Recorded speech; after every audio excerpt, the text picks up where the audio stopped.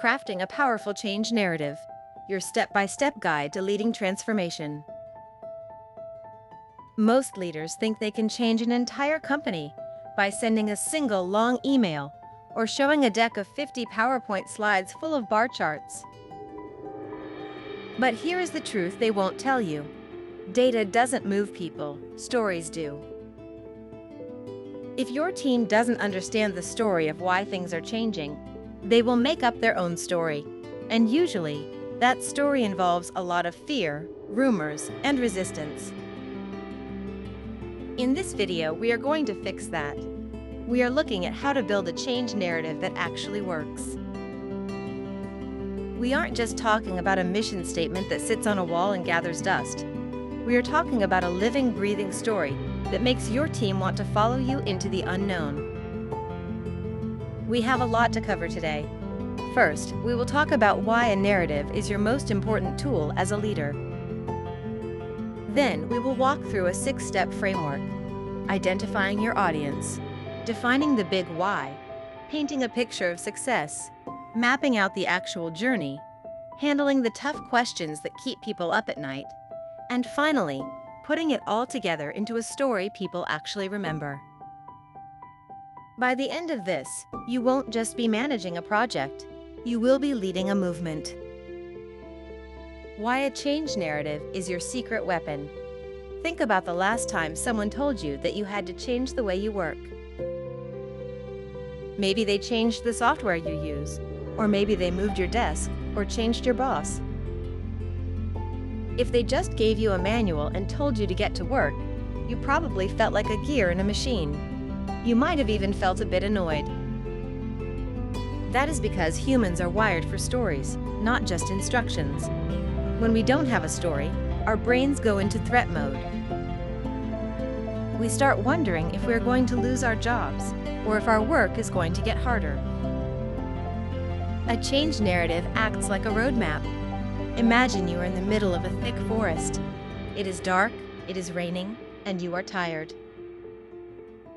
If I tell you to just keep walking east, you might give up after 10 minutes. But if I show you a map and say, we are walking through this forest to get to a warm cabin with a fireplace and a hot meal that is just 2 miles away, you will keep walking even when your feet hurt. That is what a narrative does for your team. It gives them a reason to keep going when things get messy, which they always do during a big change. It also helps you connect on a human level. You can have the best data in the world showing that a new process will save the company 5% in costs.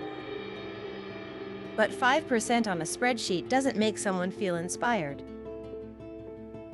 Knowing that the new process will stop them from having to stay late on Fridays so they can get home to see their kids? That is a story. That is an emotional connection. If you want to stop the chaos and the water cooler talk where everyone complains about the new changes, you need to give them a better story to tell. Step 1. Figure out exactly who you are talking to. You wouldn't explain how a car engine works to a 5-year-old the same way you would explain it to a mechanic. The same rule applies to change management. One of the biggest mistakes project leaders make is using the same speech for everyone. They stand up in front of the whole company and give a generic presentation. The frontline workers are confused, the middle managers are worried about their budgets, and the executives are looking at their watches. To build a powerful narrative, you have to segment your audience. Think about the different groups in your office. You have the frontline staff who are doing the day-to-day work. Their main concern is usually, how does this change my daily routine? Then you have the managers who have to enforce the change. Their concern is, how am I going to hit my targets while everyone is learning this new system? And finally, you have the stakeholders or owners. They want to know, is this worth the money? Let's look at an example. Imagine a hospital is moving from paper charts to digital tablets. For the doctors, the narrative should focus on how they can access patient data faster and save lives.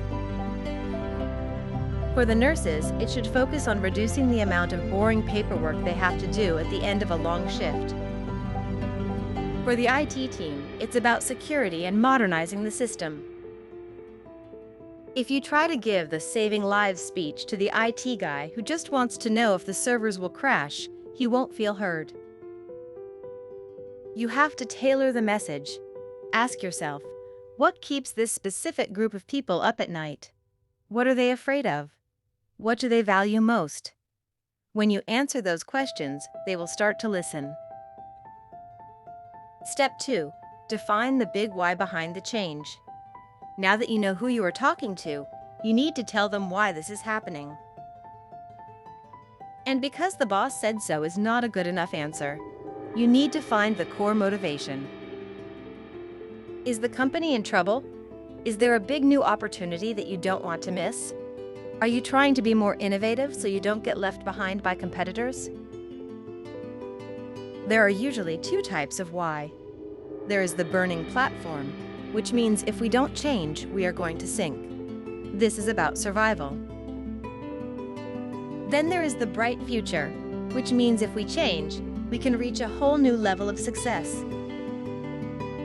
Both are powerful, but you have to be honest. People can smell a fake story from a mile away. If the company is losing money, don't try to wrap it up in fancy corporate talk about synergy and optimizing the ecosystem. Just say, our current way of working is costing us too much, and we need to change so we can keep our doors open and protect our jobs. Avoid jargon at all costs. Jargon is where good stories go to die. Instead of saying we are leveraging our core competencies to pivot toward a customer-centric paradigm, try saying we are changing how we talk to our customers so they feel more supported and stay with us longer. Use simple words that a kid could understand. When the why is clear and simple, it becomes a tool that everyone in the company can use to explain the change to their own teams. Step 3. Paint a clear picture of what success looks like. If you want people to go on a journey with you, you have to tell them where the destination is. Most leaders are great at talking about the problems of today, but they are bad at describing the world of tomorrow. Step 3 is all about painting that picture. You want your team to be able to close their eyes and imagine what a good day will look like once the change is finished. Don't just say things will be better. Be specific. Tell them what will be different in their daily lives. For example, if you are implementing a new project management tool, don't just talk about efficiency. Say, imagine a world where you don't have to spend 2 hours every Monday morning searching through your inbox for the right file, because everything is in one place. See how that feels different? It's concrete. It's a benefit they can actually feel. This vision of success should include 3 things: the benefit to the company, the benefit to the customers, and most importantly, the benefit to the employees. If the employees feel like only the company wins, they won't help you. They need to see a win for themselves. Maybe the success looks like less stress, better tools, or the chance to learn a new skill that makes them more valuable in their career. When the vision is shared, the work becomes a team effort rather than a top-down order. Step 4. Map out the actual journey. This is where things get practical. You've told them why you are going and where you are going, but now they want to know how you are getting there. This is the part of the story where you talk about the what and the how. If you skip this, people will think the change is just a fantasy that will never actually happen. Break the journey down into phases. People get overwhelmed by big, massive changes, but they can handle small steps. Give them a timeline. Tell them, in month 1, we are just going to do training. In month 2, we will test the system with a small group. In month 3, we go live. When people see a schedule, their heart rate goes down. They feel like someone is actually in charge, and there is a plan. This is also the time to answer the "what's in it for me" or WIIFM factor. Every single person in your organization is asking this question, even if they don't say it out loud. You need to address different roles specifically. A salesperson needs to know how this affects their commissions. An accountant needs to know how this affects their reporting deadlines. If you can break down the journey into manageable chunks and show people exactly where they fit into the plan, they will stop feeling like victims of the change and start feeling like participants in the journey. Step 5. Address concerns and build real trust. Let's be real, change is scary. Even if the change is good, it still involves losing something old and familiar. If you pretend that everything is going to be perfect and easy, your team will stop trusting you. They know it's going to be hard. They know there will be bugs in the new software or mistakes in the new process. Step 5 is about being a human being. You need to proactively identify the things people are worried about. Don't wait for them to come to you with complaints. Bring the complaints up yourself. Say something like, "I know many of you are worried that this new system will take longer to use at first. And you're right, it probably will. It's going to be a bit clunky for the first 2 weeks." When you say that, you aren't being negative, you are being honest. And honesty builds trust.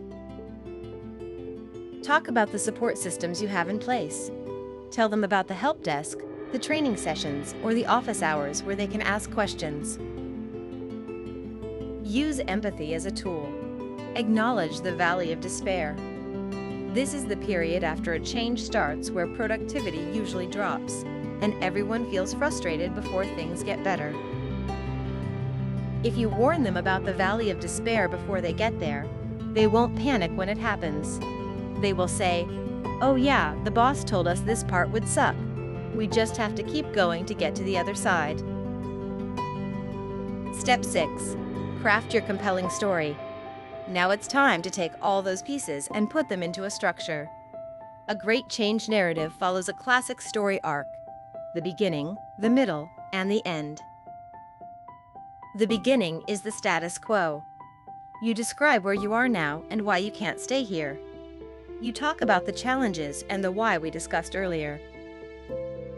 The middle is the journey. This is the messy part. It's the plan, the hard work, the learning, and the obstacles you will face together. The end is the new normal. This is the vision of success you painted earlier.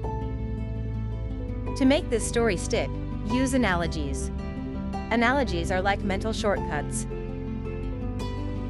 If you are merging two companies, don't just talk about integration.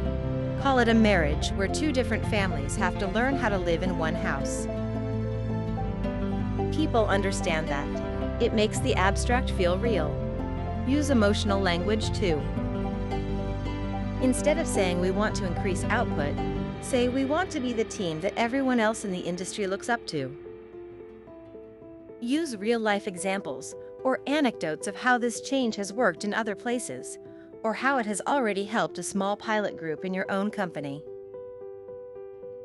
A story about Dave from the warehouse who tried the new system and finished his work an hour early is worth 1,000 charts. A change narrative is not a one-time speech you give at a town hall meeting and then forget about. It should be an ongoing conversation. As the transformation moves forward, your story will need to change too. When you hit a milestone, celebrate it. Tell the story of how the team overcame a specific hurdle. If a part of the plan changes because of a mistake, update the narrative. Explain why the detour is happening and how it still leads to the final destination. This adaptability shows that you are listening and that the narrative is a living document, not a rigid script. Everyone at the top needs to be on the same page, using the same why and the same vision. When the message is consistent, it becomes part of the company culture. People start using your words and your analogies. That is when you know the narrative has truly taken hold. If you found this guide helpful and want more practical strategies to lead your team through big transitions, hit the subscribe button for the My Change Management channel.